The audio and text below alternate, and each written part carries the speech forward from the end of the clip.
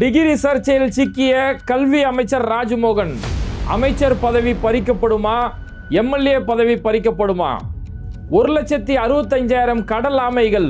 விஜய் போட்ட அதிரடி உத்தரவு. மீண்டும் அம்பலமான பொய் செய்திகள். டவல் கலாச்சாரத்தை ஒழித்தாரா விஜய்? அடுத்த நொடியே உருட்டுகள் வெளிவந்தன. முதல் தலித் அமைச்சரை உருவாக்கினாரா விஜய் அண்ணா? தினம் தினம் சிக்கும் தாவேகாவின் பொய் கதைகள். மொழி பிந்துகி நிற்கும் வாக்காள பெருமக்கள். இது மாதிரி இன்னைக்கு அரசியலில் நடக்கக்கூடிய பல்வேறுபட்ட செய்திகளையும் அந்த செய்திகளோட உண்மைத்தன்மையையும் வீடியோ ஆதாரங்களையும் தான் இந்த வீடியோவில் பார்க்க போகிறோம். அதுக்கு முன்னாடி யாரெல்லாம் பேட்டை டிவியை சப்ஸ்கிரைப் பண்ணாமல் பார்க்குறீங்களோ அவங்க மறக்காமல் சப்ஸ்கிரைப் பண்ணிவிட்டு இந்த வீடியோக்களை உங்கள் நண்பர்களுக்கு அதிகமாக ஷேர் செய்யுங்க. இன்னைக்கு எல்லா ஊடகங்களிலுமே ஒரு தலைப்புச் செய்தி, குறிப்பாக சோசியல் மீடியாவில் பெரிய அளவு விவாதிக்கக்கூடிய ஒரு செய்தி, கல்வி அமைச்சர் ராஜ்மோகன். கல்வி அமைச்சர் ராஜ்மோகன், ஆனால் இவருடைய டிகிரியில் இவ்வளோ பெரிய சர்ச்சை இருக்கு. இவர் உண்மையாகவே டிகிரி வாங்கியிருக்கிறாரா? இப்போ உண்மையான டிகிரி மேலே இவ்வளோ பெரிய சர்ச்சை வந்திருக்கு. இவர் எப்படி 60 லட்சம் மாணவர்களுடைய கல்வி சான்றிதழை சரிபார்க்கக்கூடிய ஒரு கல்வி அமைச்சராக இருப்பார் அப்படிங்கிற ஒரு திடுக்கிடும் தகவல்கள் இப்போ வெளியில் வந்திருக்குது. அதாவது இப்போ தாவேகாவுடைய அமைச்சரவை ஆளுக்கு இலாக்கா ஒதுக்கப்பட்டு அந்த 9 அமைச்சர் பதவி ஏற்றுறாங்க. அவங்களுக்கு இலாக்காக்கள் ஒதுக்கப்பட்டிருக்கு. அதில் ராஜ்மோகனுக்கு கல்வித்துறை அமைச்சர் கொடுக்கப்பட்டிருக்கு. இது கொடுத்தோடனே உடனே ஒரு பில்டப் கொடுத்தாங்க. முதலாக ஒரு தலித்தை கல்வித்துறை அமைச்சராக நியமித்ததே தாவேகா தான் அப்படின்னாங்க. அதுவே ஃபஸ்ட்டு உருட்டு. அதை நான் பின்னாடி வரேன். இப்போ இவரை கல்வித்துறை அமைச்சராக போட்டாங்க. சரி, ஓகே, ஒரு சாமானிய நபராக ஒரு யூடியூபராக இருந்து ஒரு பேச்சாளராக இருந்து வந்த நபர் ஒரு கல்வித்துறை அமைச்சராக இருக்காரு அப்படின்னு பார்க்கப்பட்ட நேரத்தில் இன்னைக்கு கல்வித்துறை அமைச்சர்னு எந்த பொறுப்பு கொடுக்கப்பட்டதோ அவருடைய கல்வி சான்றிதழ், அவருடைய டிகிரி சர்டிஃபிகேட், அதுவே இன்னைக்கு பெரிய அளவில் ஒரு சர்ச்சை ஏற்பட்டிருக்குது. அதாவது பிரச்சனை என்னன்னா, ராஜ்மோகன் அவருடைய வேட்புமனு தாக்கல் செய்யும் போது எந்த ஒரு வேட்பாளருமே நான் என்ன படிச்சிருக்கேன் அப்படிங்கிற முழு விபரத்தை, அந்த கல்வி தகுதியை அந்த வேட்புமனுல அஃபிடவிட்ல அதில் ஃபுல் டீட்டெயில் எழுதாகணும். அதில் ராஜ்மோகன் பார்த்தோம்னா அவர் என்ன சொல்கிறாருன்னா, நான் டிப்ளமா படிச்சிருக்கேன். இப்போ ஃபஸ்ட்டு +2 10th, நான் இந்த வருஷம் 10th முடித்தேன். ரெண்டாவது +2 முடித்தேன். +2 அவர் முடிக்கும் போது 2003 நான் +2 முடிச்சிருக்கேன் அப்படிங்கிறாரு. இந்த வருஷத்தை கொஞ்சம் நல்லா ஞாபகம் வச்சுக்கோங்க. 2003 +2 முடித்தேன் அப்படின்றத மென்ஷன் பண்ணுறாரு. அதுக்கப்புறம் 2010 டிப்ளமா முடிச்சிருக்கிறேன் அப்படிங்கிறத மென்ஷன் பண்ணுறாரு. டிப்ளமா பிஸ்னஸ் அண்ட் மேனேஜ்மெண்ட்டில் IIMAT அப்படின்னு சொல்லக்கூடிய ஒரு நிறுவனத்தில் நான் டிப்ளமா முடிச்சிருக்கிறேன் அப்படிங்கிறாரு. இந்த IIMATல தான் இப்போ பெரிய அளவில் சிக்கி இருக்கிறாரு. சரி, ஓகே, 2010 டிகிரி முடிச்சிருக்கிறாரு. அதன் பிறகு 2018 BA பண்ணியிருக்கிறாரு, ஜேர்னலிசம் அண்ட் மாஸ் கம்யூனிகேஷன், மதுரையில் இருக்கக்கூடிய காமராஜர் யூனிவர்சிட்டியில். இதுவும் இங்கே நோட் பண்ணி வச்சுக்கோங்க. மதுரை காமராஜர் யூனிவர்சிட்டியில் 2018 BA முடிச்சிருக்கிறாரு. ஆனால் இதே ராஜ்மோகன் இவர் யூடியூபராக இருக்கக்கூடிய நேரத்தில் பல விஷயங்கள் அவர் பேசுவார். அந்த மாதிரி தான் இப்போ நேற்று கூட ஒரு கதை ஒன்று வந்துச்சு. நான் எங்கள் அம்மா வீட்டோடைய வாடகை கூட கட்ட முடியாத ஒரு நிலைமையில இருந்தேன் அப்படின்னு சொல்லி ஒரு சோக கதை ஒன்று பாடினார். ஆனால் அவருக்கு சொத்து 2 கோடி ரூபாய்க்கு மேலே சொத்து இருக்குது. விருகம்பாக்கத்தில் பெரிய அளவில் சொந்த வீடு இருக்குது அப்படிங்கிற உண்மைகள் வெளியில் வந்துச்சு இல்லையா? அந்த மாதிரி ஒரு யூடியூபராக இருந்த காலத்தில் பல இது மாதிரி எல்லாத்தையுமே வாயில் வந்ததெல்லாம் சொல்லிட்டு இருக்கிறாரு. அப்போ அவர் சொன்ன ஒரு தகவல் என்னன்னா, சென்னை தாம்பரத்தில் இருக்கக்கூடிய சாய்ராம் இன்ஜினியரிங் காலேஜில் நான் படிச்சிருக்கிறேன் அப்படிங்கிறாரு. அப்போ இவர் இன்ஜினியரிங் படிச்சிருக்கிறாரு அப்படிங்கிறது தெரிய வருது. ஆனால் அந்த இன்ஜினியரிங் படித்த விபரத்தை அஃபிடவிட்டில் அவர் குறிக்கப்படப்படலை. அவரோட அஃபிடவிட்டில் இன்ஜினியரிங் அப்படின்றது மென்ஷன் ஆகவே இல்லை. அவர் யூடியூபராக இருந்த காலத்தில் நான் சாய்ராம் இன்ஜினியரிங் காலேஜில் நான் படித்தேன். இன்னைக்கு எந்தெந்த புது படங்கள் வரும்போது ஆடியோ லான்ச் நடத்தப்படுதோ, தனுஷ் படம், ரஜினி படம், விஜய் படம் எல்லாம் ஆடியோ லான்ச் சாய்ராம் காலேஜில் தான் நடத்தப்படுது. அந்த சாய்ராம் காலேஜில் படித்த மாணவனும் நான் அப்படின்பது நான் பெருமை கொள்கிறேன். அவர் மேடை பேசி நேரத்தை மனுஷனை கண்ட்ரோல் பண்ண முடியாது. இஷ்டத்துக்கு பேசி பயங்கரமாக புகழ்றன்ற பேரில் அடித்து விடுவாப்பில். பதவி ஏற்கக்கூடிய அன்னைக்கு நான் ஆண்டவன் மீது ஆணையாக பதவி ஏற்கிறேன், எல்லாம் பதவி ஏற்றுக்கிட்டாங்க இல்லையா? அப்போ ராஜ்மோகன் ஒரு ஸ்டெப்பு மேலே போயிட்டு எல்லாம் பதவி எடுத்துட்டு நான் என்னுடைய பதவியை ஆண்டவன் மீது ஆணையாக அப்படியே விஜயை காட்டுறாரு. ஆண்டவன் மீது ஆணையாக அங்கே விஜயை தூக்கி மேலே தூக்கி வச்சா பாருங்க, அங்கே நிற்கிறார் மனுஷன்.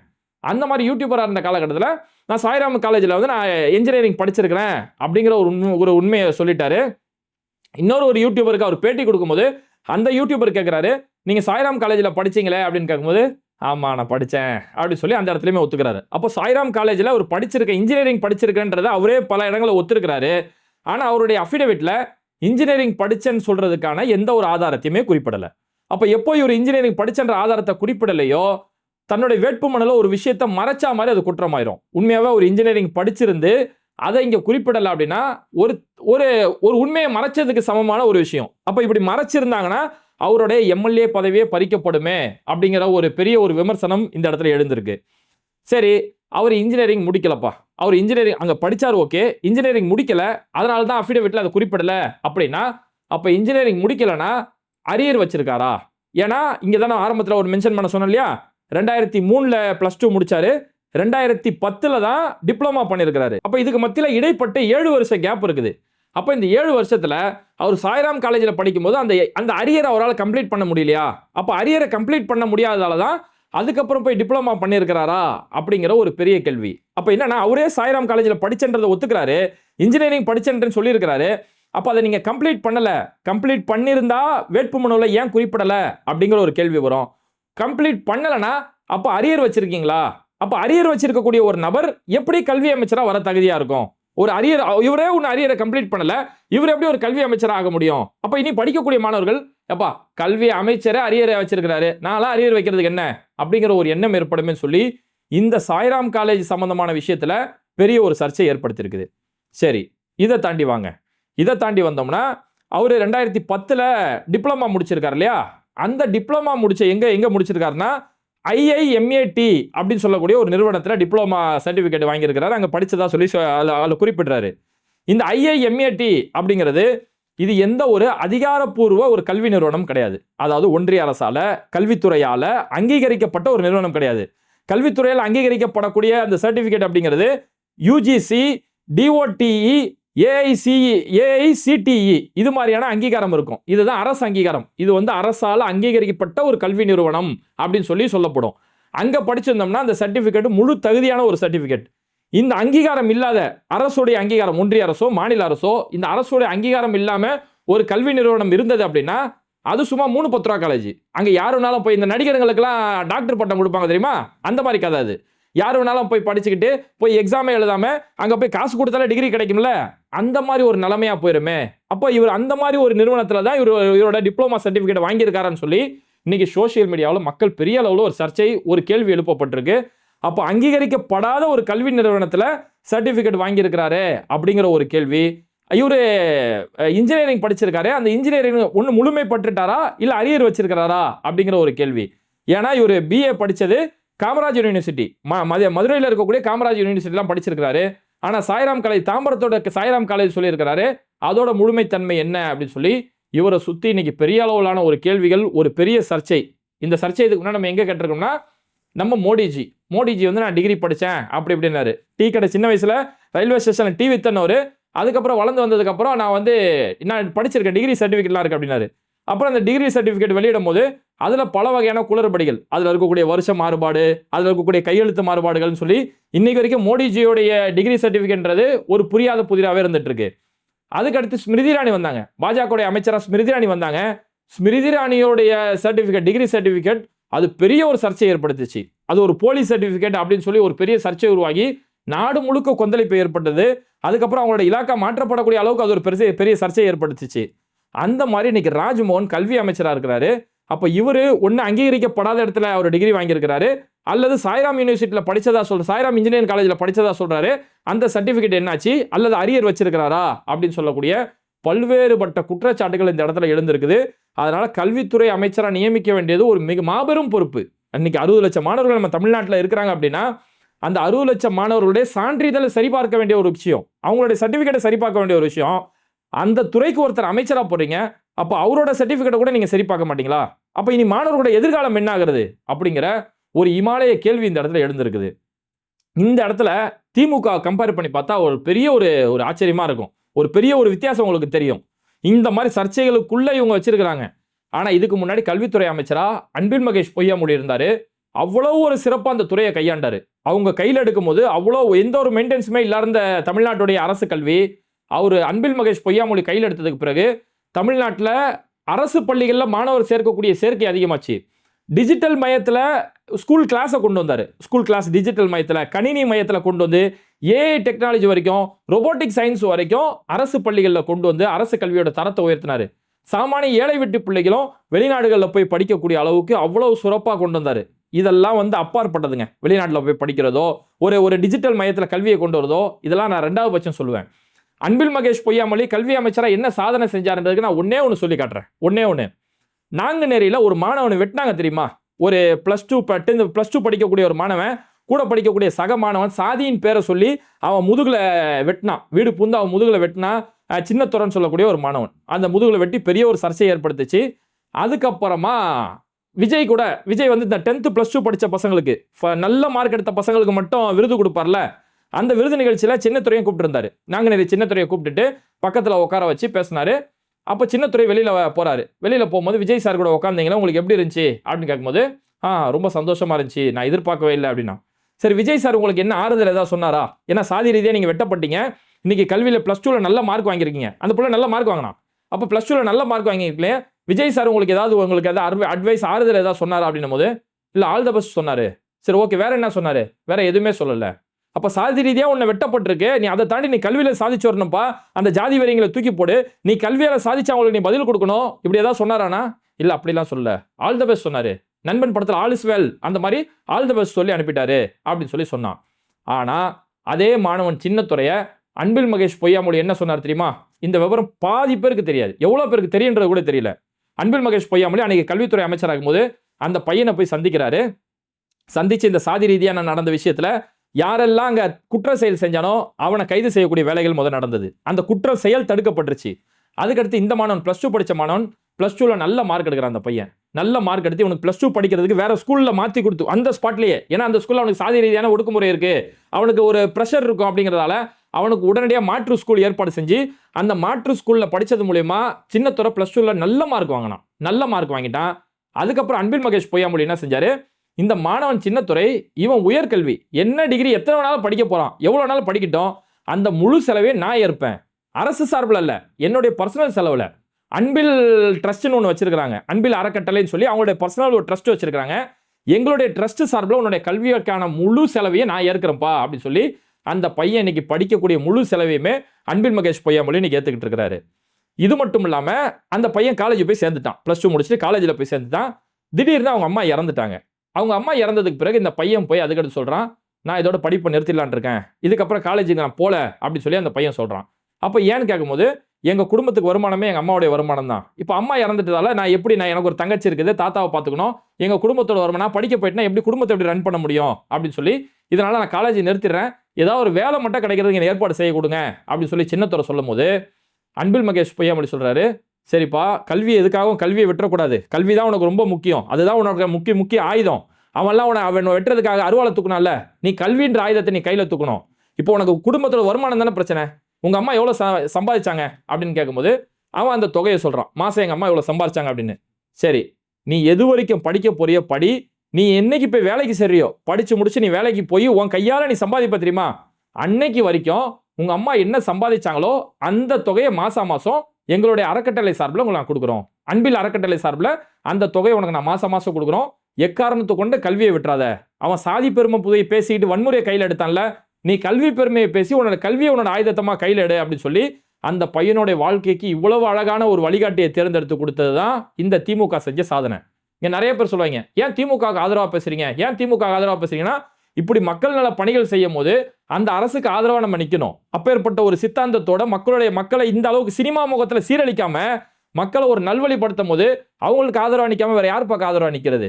அப்போ இப்பேற்பட்ட இந்த டிகிரி சர்ச்சைக்கு பின்னாடி இவ்வளவு பெரிய செயல்பாடுகள் இங்கே இருக்கு அப்படிங்கிறத மக்கள் இந்த இடத்துல புரிஞ்சுக்கணும்.